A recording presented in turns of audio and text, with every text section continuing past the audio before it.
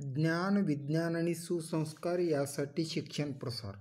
शिक्षण महर्षी डॉक्टर बापूजी साळुंखे यांना अभिवादन करून श्री स्वामी विवेकानंद शिक्षण संस्था कोल्हापूर संचलित स्वामी रामानंद भारती विद्यामंदिर व ज्युनियर कॉलेज तासगाव. मी प्राध्यापक खुर्द देबी. इयत्ता 11वी कॉमर्स. विषय चिटणीसाची कार्यपद्धती. HSC बोर्ड सुधारित अभ्यासक्रमानुसार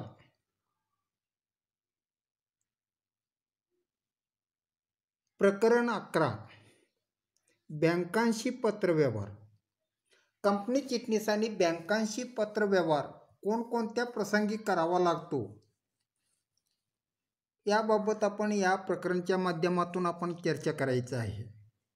हे चर्चा करत असताना बँकांशी पत्रव्यवहार करत असताना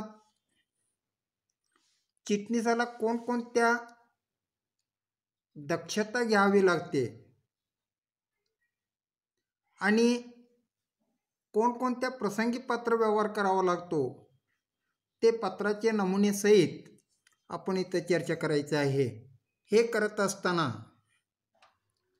पहिला प्रास्ताविक भागामध्ये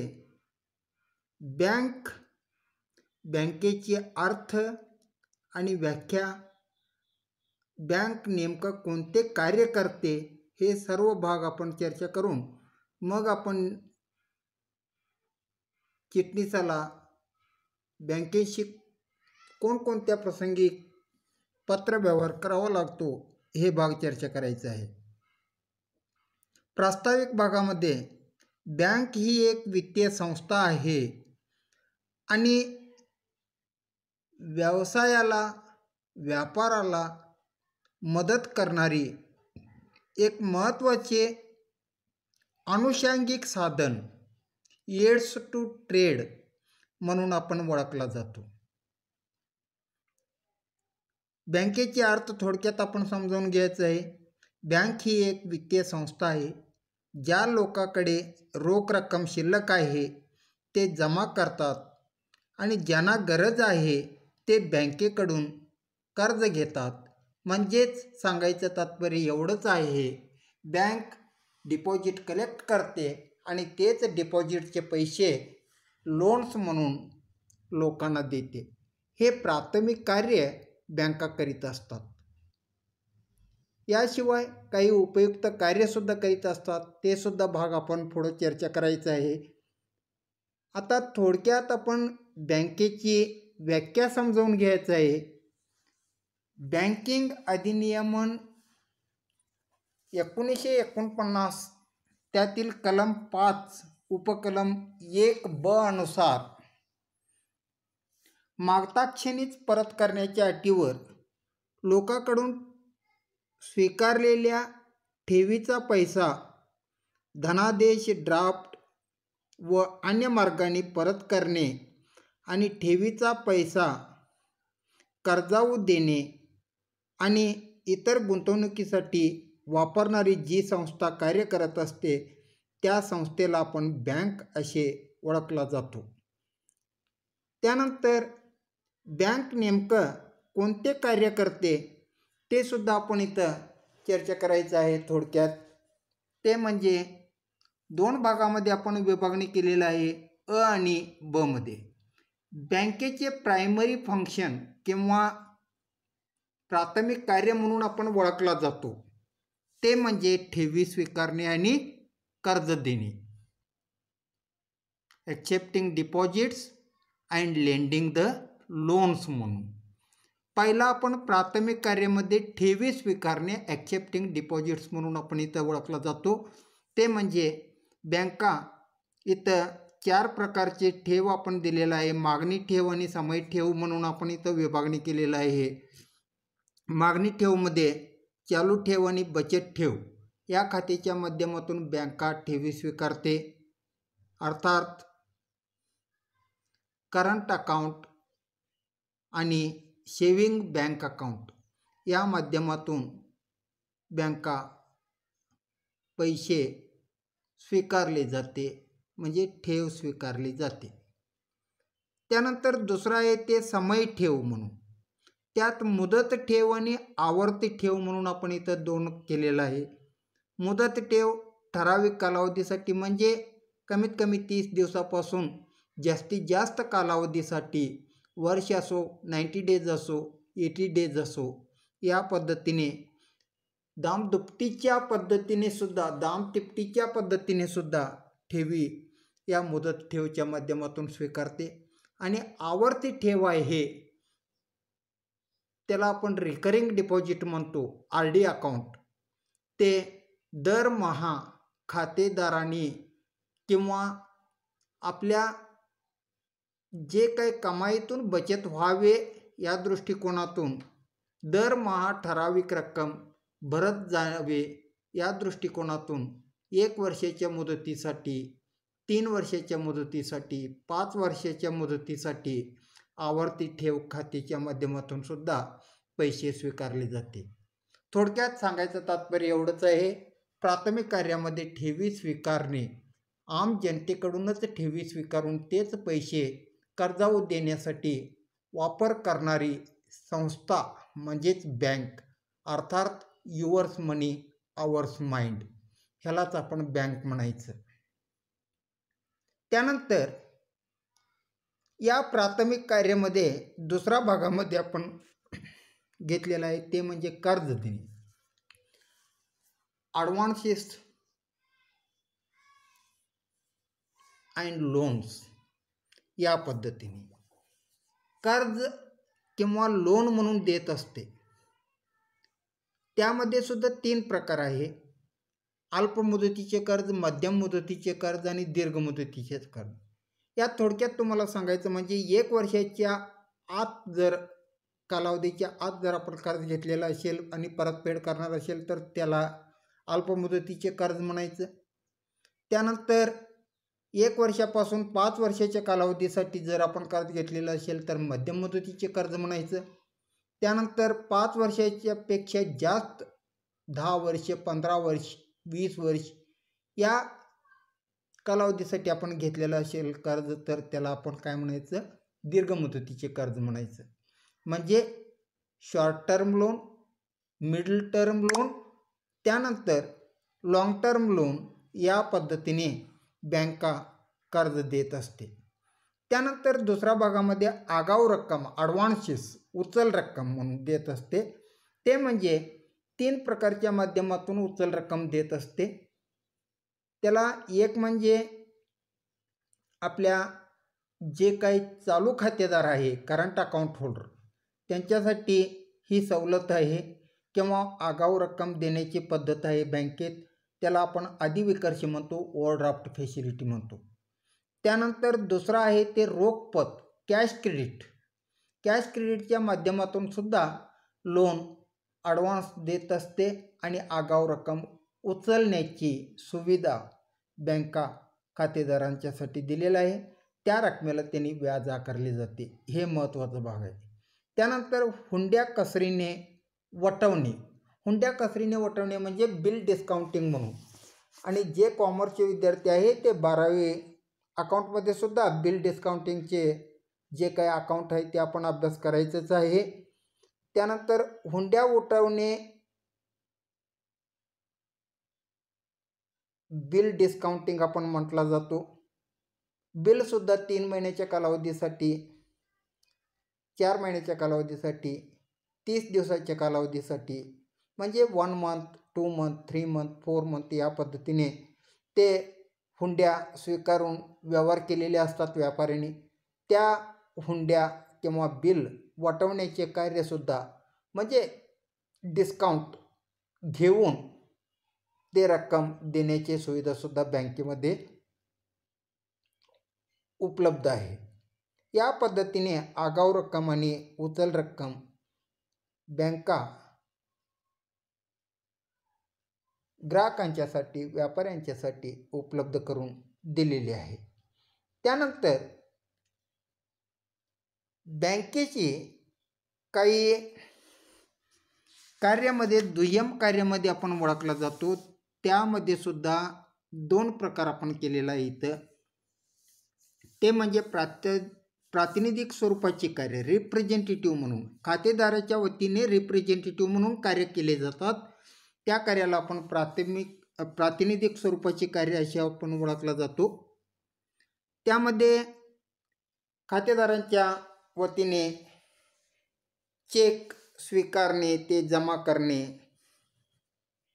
आणि खातेदारांनी दिलेले चेकचे पैसे देणे, त्याशिवाय हुंडीचे संग्रहण करणे,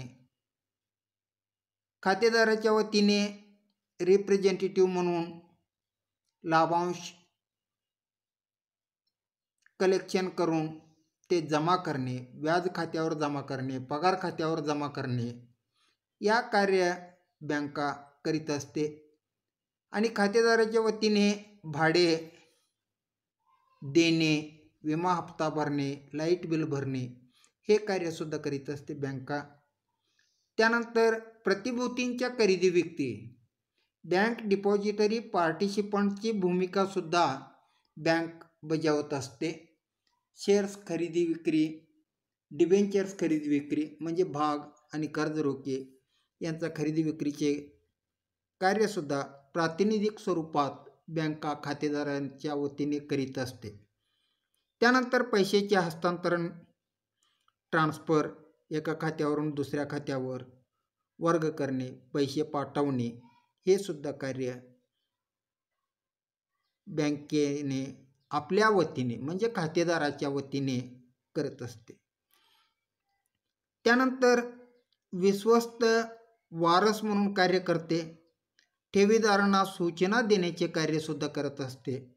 तुमचं मुदत संपलेलं आहे, ते डिपॉझिट रिन्युएशन करा किंवा पैशाची गरज असलं तर घेऊन जावा, या पद्धतीने सूचना देण्याचे कार्यसुद्धा मार्गदर्शक या पद्धतीने कोणकोणत्या खात्यामध्ये ठेवले की आपल्याला जास्त फायदा नफा मिळू शकेल या दृष्टिकोनातून सुद्धा बँका मदत करत असते. याशिवाय कंपनीच्या वतीने भाग विक्री तसेच इतर पैसे जमा करण्याचे कार्यसुद्धा बँका करीत असते.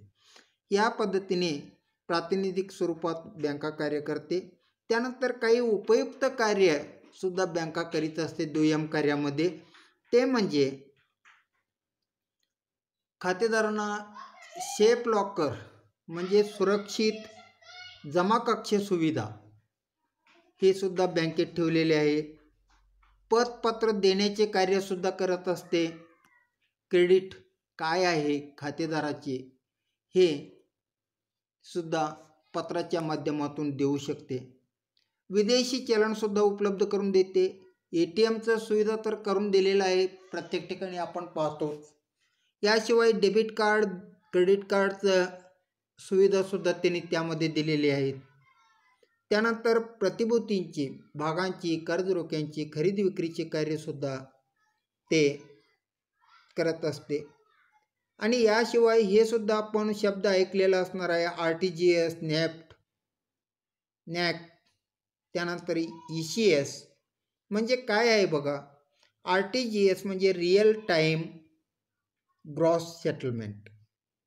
त्यानंतर नेफ्ट म्हणजे नॅशनल इलेक्ट्रॉनिक फंड ट्रान्सफर.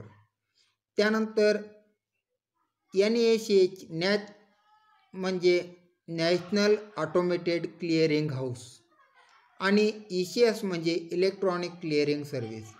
ही सुद्धा सुविधा उपयुक्त कार्यामध्ये बँक खातेदारांना करीत असते. ह्या सर्व कार्य आपण चर्चा केल्यानंतर थोडक्यात समजावून घ्यायचं आहे, या बँकांशी पत्रव्यवहार करत असताना चिटणीसांनी कोणकोणत्या दक्षता घ्यावी लागते, काळजी घ्यावी लागते, हे सुद्धा आपण काही मुद्द्यानुसार आपण इथं चर्चा करायचं आहे. ते म्हणजे बँकेकडून कोणत्याही प्रकारचे पत्र आलेले असल्यास त्यावेळी त्या पत्राला त्वरित उत्तर देण्याचे काम ह्या चिटणीसाला करावं लागतं. त्यानंतर दुसरा महत्त्वाचं म्हणजे संक्षिप्तता. बँकेशी पत्रव्यवहार करत असताना तो संक्षिप्त व मुद्देसूद अशा पद्धतीने पत्रव्यवहार करावा लागतो.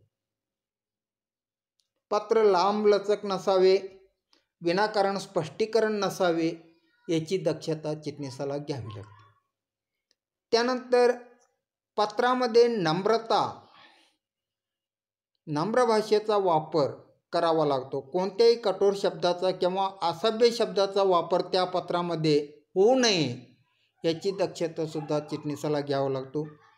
याशिवाय पत्र जे काही आपण लेखन करत आहे हे बँकेशी, त्यामध्ये बँकेशी गैरसमज टाळण्यासाठी स्पष्ट किंवा स्पष्टता आवश्यक आहे.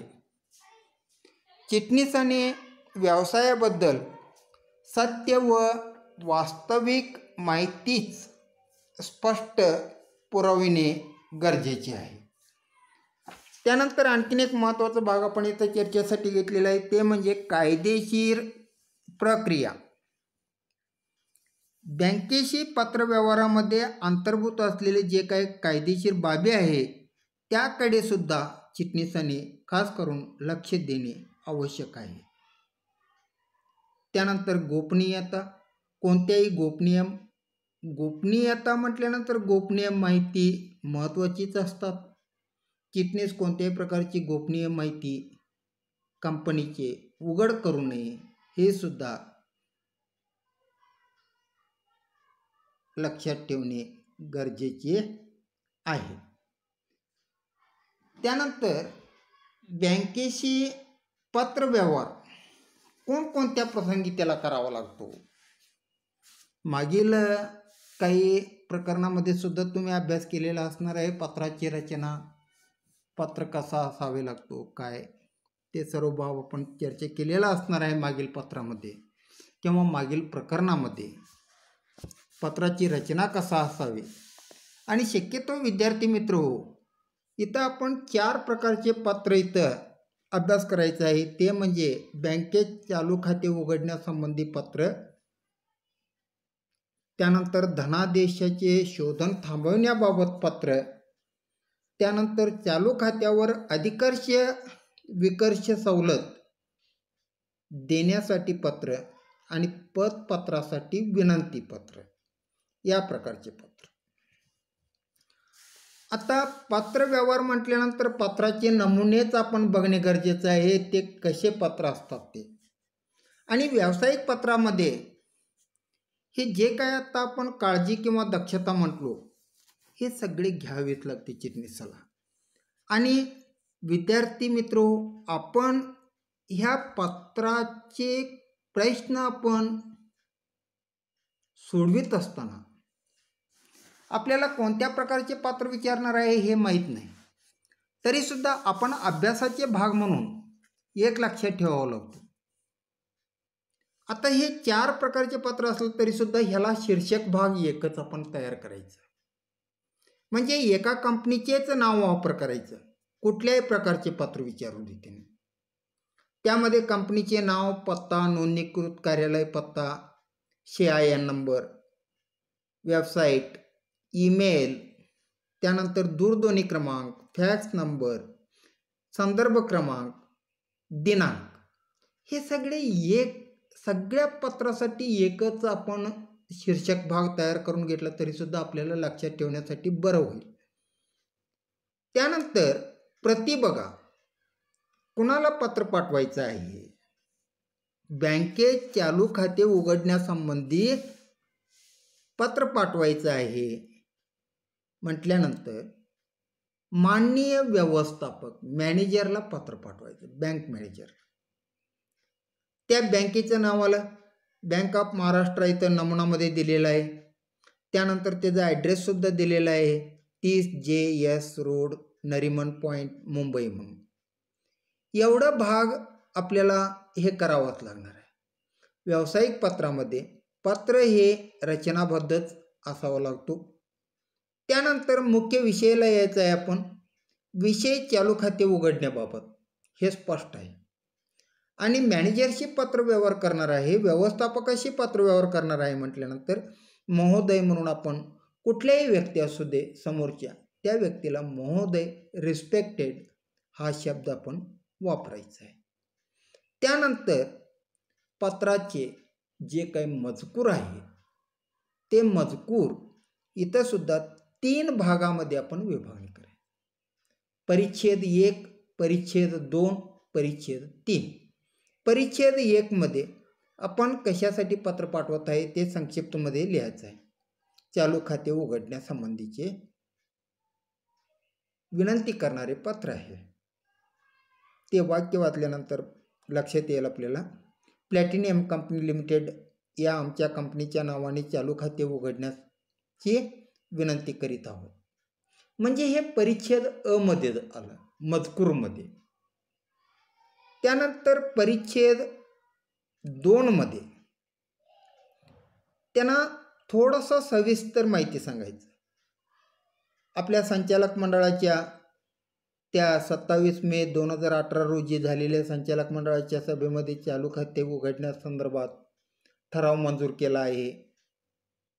त्या उपरोक्त चालू खाते उघडण्यासाठी आवश्यक कागदपत्रे सोबत जोडली आहे. हे कागदपत्राची प्रत सुद्धा इथं आपण सोबत जोडलेली आहे म्हणून नमूद करायचं आहे. चालू खाते उघडण्यासाठी काय काय कागदपत्रे लागतात ते इथं 7-8 मुद्दे आपण दिलेले आहे. त्यानंतर धन्यवाद म्हणून परिच्छेद 3 मध्ये ते पत्राचे समारोप करायचे आहे. या पद्धतीने पत्रलेखन व्हावं लागतो. त्यानंतर आपला विश्वासू म्हणून चिटणीसांनी सही करायचं आहे. कंपनीचे नाव शिक्क्यानिशी या पद्धतीने पत्राचे शेवट होतो. आणि सहपत्रे वरील कागदपत्रे काय काय ते तुम्ही 8 इथं नमूद केलेलं आहे की नाही ते सगळे जोडायचं आहे आणि हे पत्र पाठवायचं आहे बँकेला. या पद्धतीने चालू खाते उघडण्यासंबंधीचे पत्र लिहावं लागतो आणि या पद्धतीने तुमच्या वहीमध्ये सुद्धा तयार करून ठेवा. त्यानंतर दुसरा एक पत्र आहे धनादेशाचे शोधन थांबवण्याबाबतचे पत्र. बघा, कंपनी आपले व्यवहार पूर्ण करण्यासाठी धनादेश वापरतातच, चेक देतातच. असे धनादेश पोस्टाने किंवा समक्ष पाठवत असतात. त्यामुळे धनादेश गाळ होण्याची शक्यता असते, चोरी होण्याची शक्यता असते, अदलाबदल होण्याची शक्यता असते.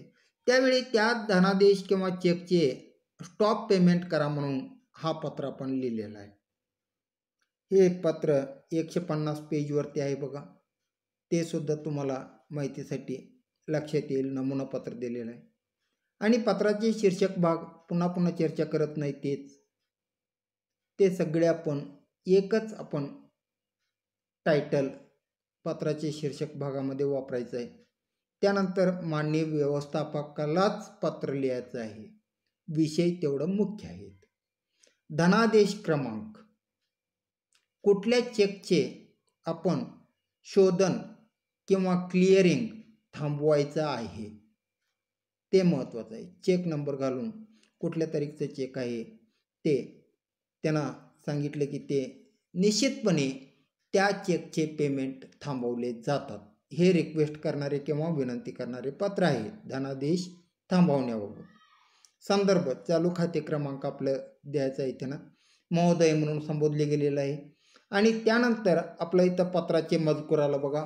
पत्राचे मजकूर सुद्धा 3 भागामध्ये, परिच्छेद 1, परिच्छेद 2, परिच्छेद 3, तिन्ही पॅराग्राफ आपल्याला लक्षात येईल. कंपनीचे मेसर्स NJ इंडस्ट्रीज पुणे यांच्या नावाने 1,50,000 रुपयाचा चेकचं नंबर आणि 5 फेब्रुवारी 2018 रोजी आमच्या चालू खाते क्रमांक मधून दिला होता हे स्पष्ट करायचं आहे. सदर चेक गाळ झालेला आहे हे परिच्छेद 2 मध्ये आला बघा. गाळ झाल्याबाबतची सूचना आजच त्या कंपनीकडून मिळाली आहे. सावधगिरीची उपाययोजना म्हणून आम्ही आपणास विनंती करतो की सदर धनादेशाचे शोधन किंवा क्लिअरिंग त्वरित थांबवावे, पेमेंट स्टॉप करावे, देऊ नका. या पद्धतीने आपणास होणाऱ्या त्रासाबद्दल खेद व्यक्त करतो. हे पत्राचे शेवट करण्याची पद्धत परिच्छेद 3 मध्ये. धन्यवाद. आपला विश्वासू. कंपनी चिटणीस सही करायचं आहे. त्यानंतर आपल्याला अधिविकर्ष सवलत देण्याबाबतचे एक पत्र आहे.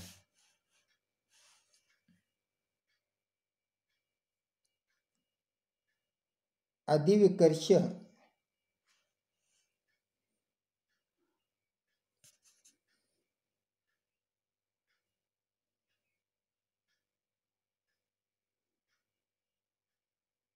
देण्याबाबतचे एक पत्र आहे.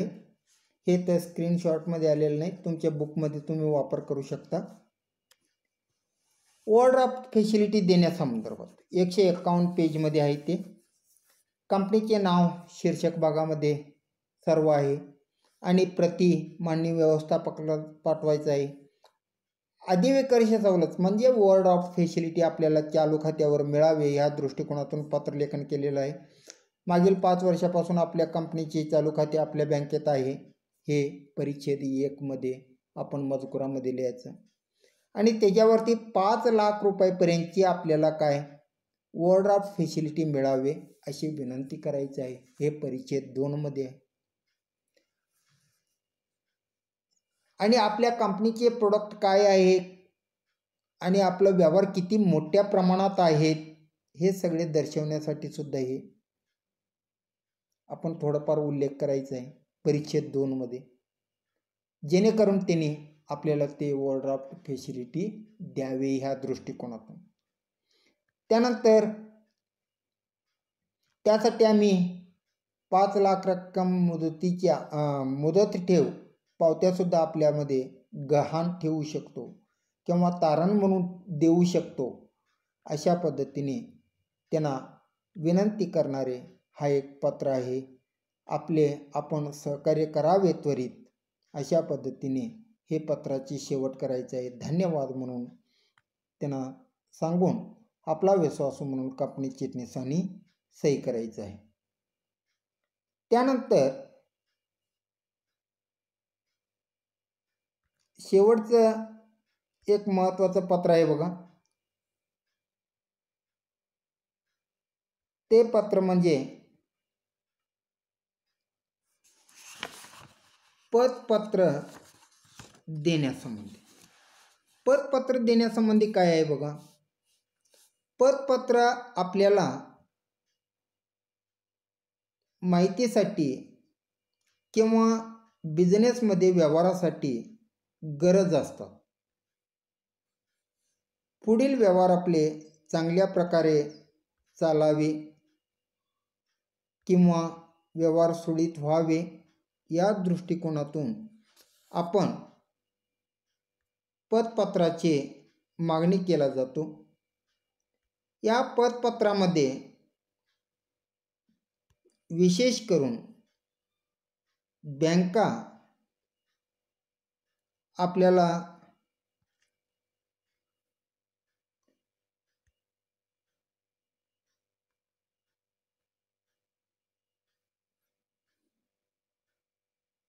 आपले जे काही क्रेडिट आहे, आपले व्यवहार कशा पद्धतीने आहे या आधारावरून पतपत्रे देत असतात. त्यामध्ये पत्राचे शीर्षक भाग आहे तेच वापरायचे आहे. त्यानंतर प्रति माननीय व्यवस्थापकांना द्यायचं आहे, बँक व्यवस्थापकांना. विषय पतपत्र देण्याबाबत बँकेला पत्र पाठवायचं आहे. चालू खाते क्रमांक टाकायचा आहे. त्यानंतर महोदय म्हणून संबोधले गेलेले आहे. त्यानंतर मजकूर आहे ते 3 भागामध्ये आपण इथं द्यायचं आहे. झेरॉक्स मशीन, प्रिंटर आयात करण्यासाठी आपल्याला तुमचे पतपत्राची गरज आहे म्हणून ते परिच्छेद 1 मध्ये दिलेले आहे. जपानच्या कॅनॉन फोटो कॉपीमधून नमूद केलेल्या किमतीनुसार 80 लाख येन किमतीच्या 2 फोटोकॉपी मशीन व प्रिंटर आयात करण्यासाठी मागणी केली आहे. आणि जपानच्या कंपनी आपल्याला काय केलेलं आहे, पतपत्राची मागणी केलेली आहे. त्यांना देण्यासाठी आपल्याला पतपत्राची आवश्यकता आहे म्हणून सांगायचं आहे. तारण म्हणून 50 लाख रुपयांचा ठेव पावत्यासुद्धा आपल्या बँकेत पाठवत आहोत. आणि कंपनी अशी विनंती करते की वरील व्यवहारासाठी पत्र देण्यात यावे.